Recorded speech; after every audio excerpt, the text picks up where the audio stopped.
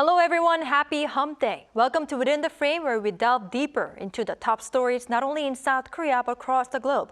I'm Kim Yo-jong. Tensions have been rising as a series of talks were held this week between South Korean ministers, the NATO Secretary General, and the U.S. Defense Chief. Though Kim Jong-un has not yet delivered any messages towards South Korea and the U.S. himself, nor has he conducted any provocations, strong words kept coming from North Korean senior officials and Kim Jong-un's sister, Kim Yo-jong. Calling it a red line, the reclusive regime strongly denounced Washington's decision to send tanks to Ukraine and just a few days later slammed NATO chief's visit to South Korea as a prelude to war. Now, why the strong reaction from the North on support for Ukraine? What is North Korea's concern about the NATO chief's visit to Seoul? And what kind of serious provocations should we expect North Korea to make in February? For an in-depth analysis on North Korea that is close to us but feels far away, we invited Go Myung-hyun, Senior Fellow from Asan Institute for Policy Studies. Dr. Go, welcome to the show. Thanks for having me. And we also have Patrick Cronin, an Asia-Pacific Security Chair from Hudson Institute. Dr. Cronin, welcome and thank you so much for your time. Great to be here.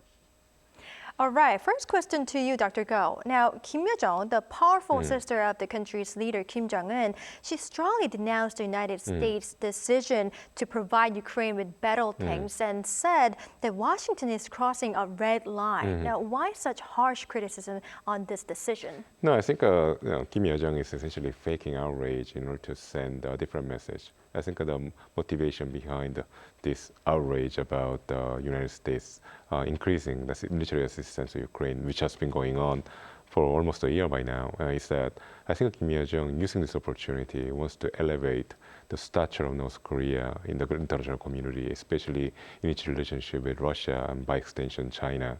I think Kim Yo-jong, in her message, she also added that North Korea will be in the same trench as Russia, fighting against quote-unquote, I guess, NATO and Russia, and the United States.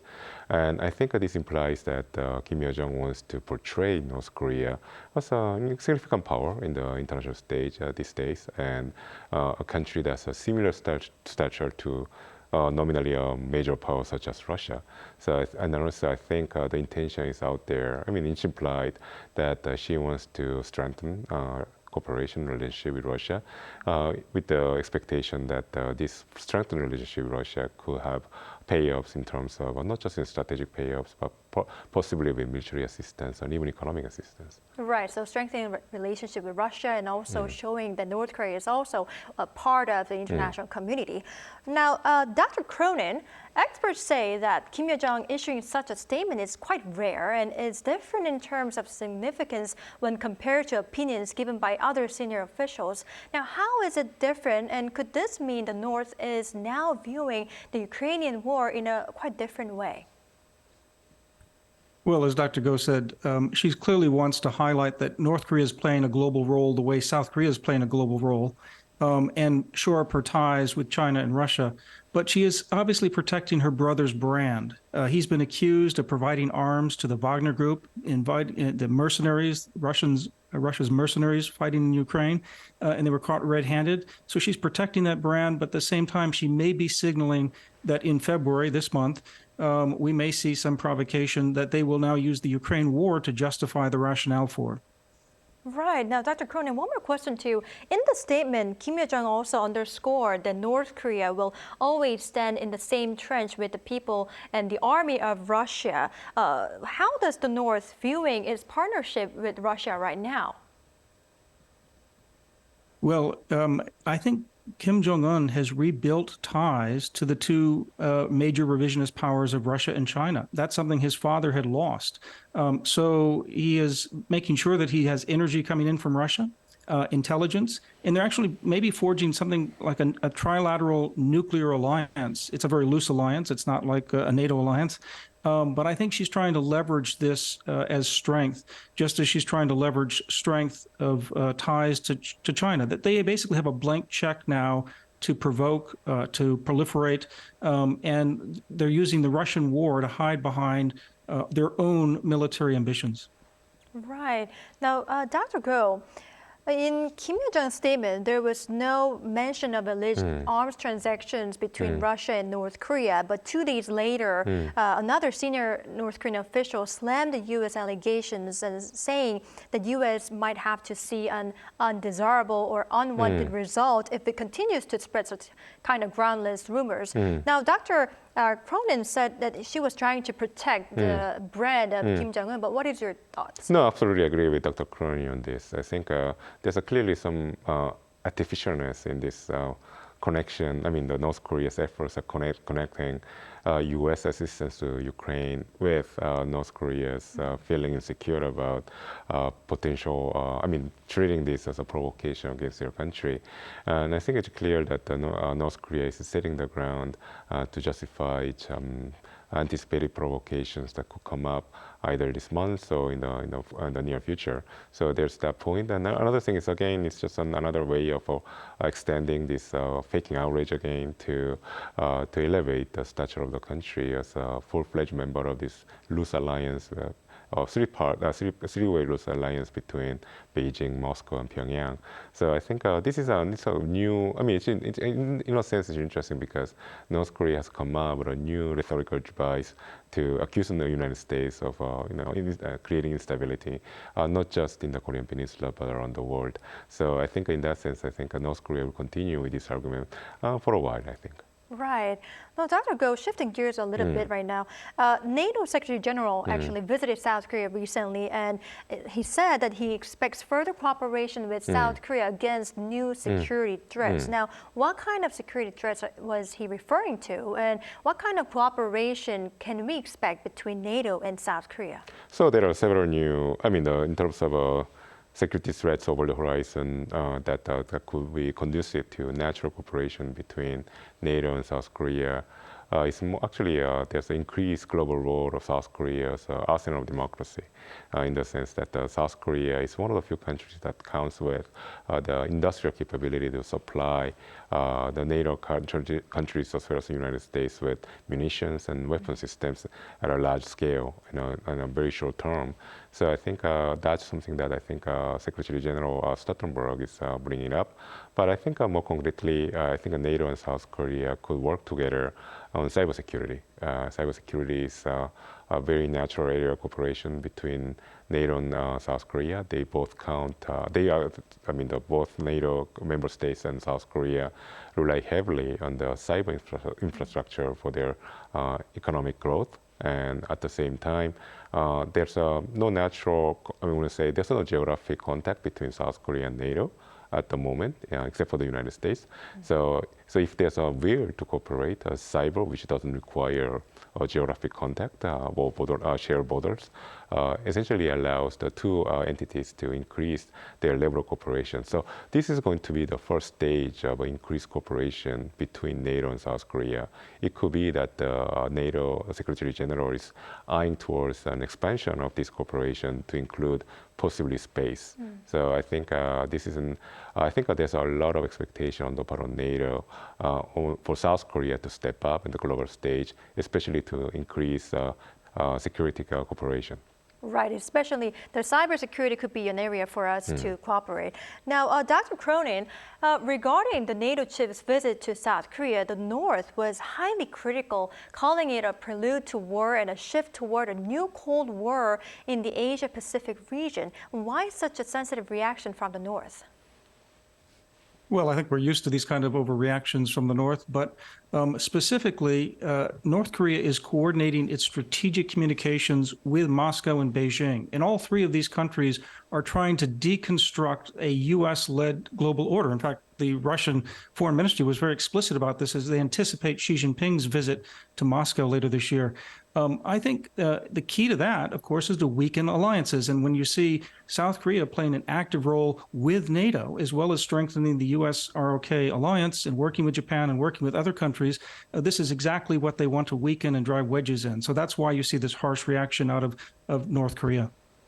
Right. Now, Dr. Cronin, now moving on to the domestic politics in North Korea, there are some dates of note coming up in February in North Korea, including the 75th anniversary of the founding of the Korean People's Army. Now, could you tell us more about what's on the calendar for February and what we can expect? I mean, is a nuclear test possible? Well, a nuclear test has been possible from at least the spring of last year when they saw that one of the tunnels had been prepared for a nuclear testing again.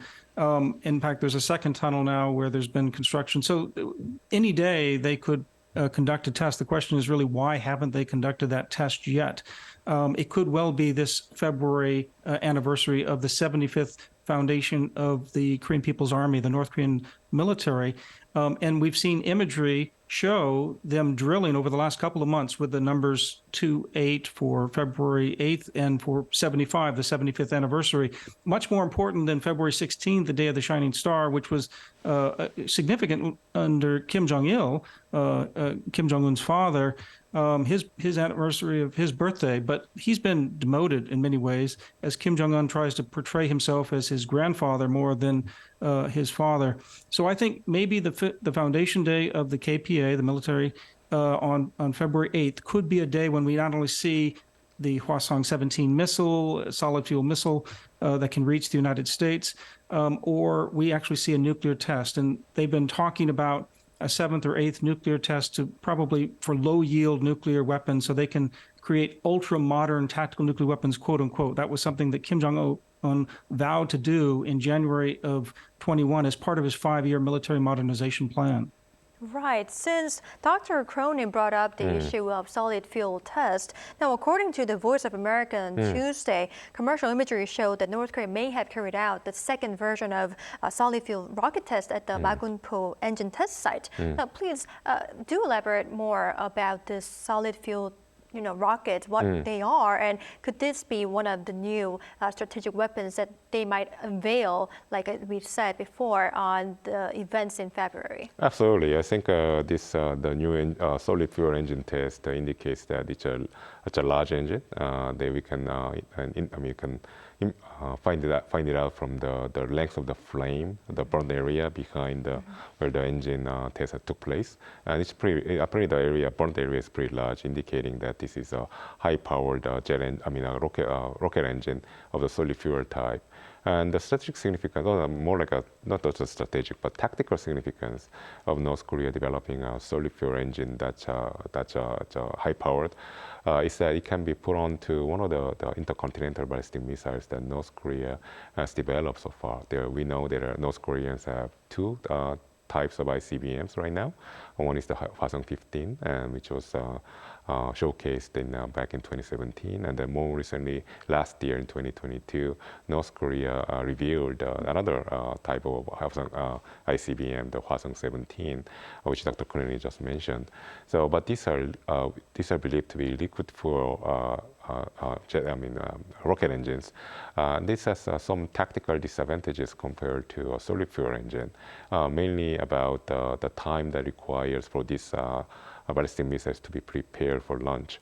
And this preparatory time is the most vulnerable time for the rockets because it's being taken out from a hiding place such as a tunnel, which are being set up in a plain view. And this is the moment when the opponent, such as the alliance in this case, could target them and destroy them. With the liquid fuel engine, it takes several hours at least for the rocket to be set up. But for a solid fuel engine, it might take just 20 minutes. So it shortens the time of the window of vulnerability for the North Korea's ballistic missiles. And in that sense, it's much more threatening to the alliance than anything else. And this is something that Kim Jong-un also promised to develop back in 2021, in January 2021, as a part of the 5-year weapons development roadmap. So in that sense, I think it's likely that North Korea might not actually showcase or reveal this nominally a new ICBM with solid fuel engine this February. But as Ambassador Jo Tae-young to the United States has mentioned recently, North Korea tends to test their rocket engines and then essentially use them in a weapon system 3 or 4 months later. So it's possible that North Koreans could use the new 34 engine on a brand new another ICBM system, and then reveal this in sometimes in April which actually happens to be the anniversary of Kim Il-sung, the founder of North Korea's birthday. So in that sense, I think North Korea is patiently, but surely is taking steps towards perfecting their ICBM capability. I mean, it does sound threatening that they can set up the weapon in 20 minutes. Now, I'd like to keep tapping on the issue of nuclear tests. Now, Dr. Cronin, even if a seventh nuclear test does not happen in February, many experts say that it could happen sometime this year. And like you said, the preparations have already been made. If it goes ahead, what diplomatic reason would North Korea give for such a move? We saw the unprecedented missile campaign last year, and I think we're likely to see these nuclear tests this year because that's part of their 5-year plan. They want to have ultra-modern tactical nuclear weapons, so low-yield nuclear weapons tests. And if it doesn't happen in February, it could happen in April, could happen anytime this year. It didn't happen last year, not so much for diplomatic pressure reasons, but probably because they weren't ready with the missile testing campaign. I think now they're getting ready. And now they have the excuse. The war in Ukraine is being blamed on the West, on the United States, NATO, South Korea. They're trying to conceal the fact that Russia invaded Ukraine, that they're providing arms to the Wagner Group, and that China has a no-limits partnership with Russia. So they're trying to divert this toward an excuse for why they're going to be exploding a seventh nuclear test this year. Right. Now, shifting gears another time right now, Dr. Go, U.S. Defense Secretary Lloyd Austin held talks with South Korean counterpart recently, and the big question was whether the United States can offer credible extended deterrence to South Korea against the North. Now, based on their talks, could we say that this was the case? And how are the discussions going on about South Korea's own nuclear capabilities? So I think there's no doubt that there's a credible extended deterrence against North Korea. But then at the same time, what's lacking at the moment, at least psychologically, is a level of assurance that this extended deterrence gives to Seoul. And the reason is because the United States has not elaborated with details what kind of extended deterrence measures that the country has in place to defend South Korea against North Korea's rapidly advancing nuclear threats.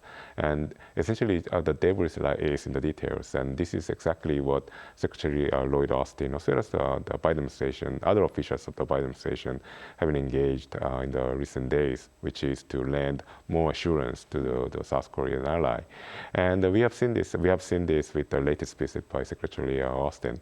There are two pillars to this. The groups of measures, the types of measures that are being put on the table right now consists of two different class of assurance measures. One is about more routine and then periodic deployment of strategic assets. That's the reason why Secretary Austin mentioned the deployment of the stealth jet fighters, such as F-22s and F-35s. And the reason why these weapon systems are very threatening against North Korea is because North Korea doesn't have a capability to detect these types of stealth jet fighters if they are attacked. So there's that point, and then this represents the routine deployment of strategic assets. There are other assets, but then these assets haven't been disclosed this time at least. So second part is more information sharing and more participation of South Korea in planning of nuclear response against hypothetical North Korean nuclear attack. So one of the measures that's been discussed between Seoul and Washington happened to be the joint, so-called joint nuclear exercise. But there are many different types of exercises, and for now, the exercise that's being discussed is a hypothetical, more like a simulation. So one type of exercise that's been put on the table is a so-called tabletop exercise, or TTX. So TTX sounds like more like a game, but then actually it's not. What matters in this case is how much tangible information Washington is going to share with Seoul, and then reveal what kind of planning process is in place to defend South Korea against North Korea's nuclear attack. And these kind of details are going to be revealed in a TTX. So in that sense, I think this is I would say, the initial stage of a shared planning against North Korea's nuclear threat. So in that sense, it's going to placate and then essentially assuage the fears that the South Korean government has against this rapid advancements in North Korea's nuclear capability that we have observed in recent years. Right. Now, Dr. Go, one more question. Now, Seoul's unification minister said South Korea will consider suspending the September 19th military agreement if there are any strong provocations or perhaps a seventh nuclear test. If the North does do those kind of things, is a suspension of the agreement highly likely? And what other options do you think South Korea should consider? So the September 19th military agreement in overall as a package favors North Korea. When the previous administration of President Moon Jae-in signed this agreement with North Korea, and the reason why North Koreans agreed to this is because the details of the agreement happened to be actually reflected many demands that North Korea had put on the table for years, such as withdrawing actually establishing a no-fly zone, which hampers the South Korean and the American efforts to surveil and to try to detect potential North Korean incursions, and also reduce the level of a conventional level of deterrence along the DMZ, which favors North Korea because in terms of conventional force, North Korea is at a disadvantage. So in that sense, this agreement favors North Korea, and then there's this calculation on the part of Seoul that North Koreans really don't mean to get rid of this agreement because it favors them. So in a way, there's the Seoul and Pyongyang, they are engaged in a game of chicken, so to speak. So South Korean government has seen that the North Koreans have violated this agreement so many times. So in a sense, the agreement is dead. It's dead already. But then there are political ramifications if Seoul takes the first step towards getting rid of this agreement. So essentially, it's daring Pyongyang to to get the blame for canceling this agreement, and if North Korea carries out further provocations against the South. So I think both sides want to essentially understand that this agreement is already dead, but then they are trying to deflect the blame or the political fallout from the total cancellation of this agreement. So I think it's likely that this agreement is going to be officially canceled sometime this year because we expect North Korea to launch more provocations. But then again, overall, on balance, I don't think much is going to change in terms of stability or lack of thereof in the Korean Peninsula because North Korea has been engaged in a very intense campaign of provocation since last year. Right. So one day or another, this agreement might get officially canceled because, of course, North Korea might, do the continuous provocations in the future. All right. Unfortunately, this is all the time we have for today's edition. But thank you, Dr. Go and Dr. Cronin, for your insights. We really appreciate them. Thank you. Thank you. That's all for Within the Frame tonight. Have a great hump day, but we will be back tomorrow with more in-depth stories on the issues happening in South Korea and, of course, around the globe. Thank you for watching and goodbye.